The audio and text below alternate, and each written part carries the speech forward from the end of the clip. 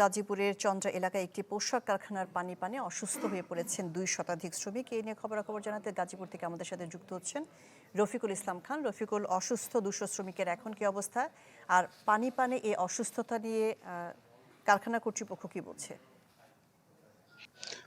শাহনাজ, যে সমস্ত শ্রমিকরা আসলে অসুস্থ হয়েছিলেন তার অধিকাংশ কিন্তু কালিয়াকৈর উপজেলা স্বাস্থ্য কমপ্লেক্সে চিকিৎসা নিয়েছেন। অর্থাৎ এই কালিয়াকৈর উপজেলা হাসপাতাল থেকে 110 জন রোগী এসেছেন, সেটি আমার হাসপাতাল কর্তৃপক্ষ নিশ্চিত করেছেন।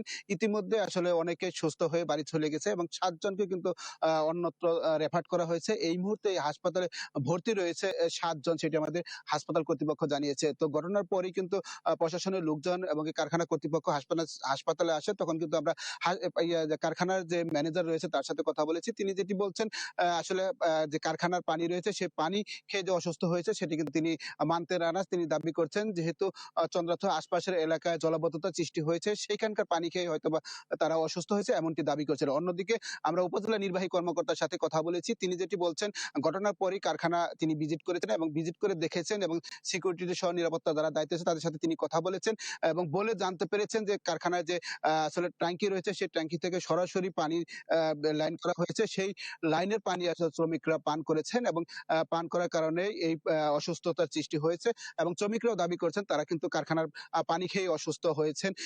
এই এমন পরিস্থিতি হয়েছে এটি তারা দাবি করছেন এবং এই কারখানার পানি ইতিমধ্যে নমুনা সংগ্রহ করা হয়েছে এবং এটি পরীক্ষা করা হবে এবং কারখানার পানির মধ্যে কোনো জীবাণু ছিল কিনা অথবা অন্য কিছু ছিল কিনা সেটি তারা পরীক্ষা করছেন এবং যদি পানির মধ্যে কোনো জীবাণু পাওয়া যায় সেক্ষেত্রে কারখানার বিরুদ্ধে ব্যবস্থা নেবে, সেটিকে আমাদেরকে নিশ্চিত করেছে। তো এখন পর্যন্ত যারা সুস্থ হয়েছেন তারা কিন্তু বাড়ি চলে গেছে।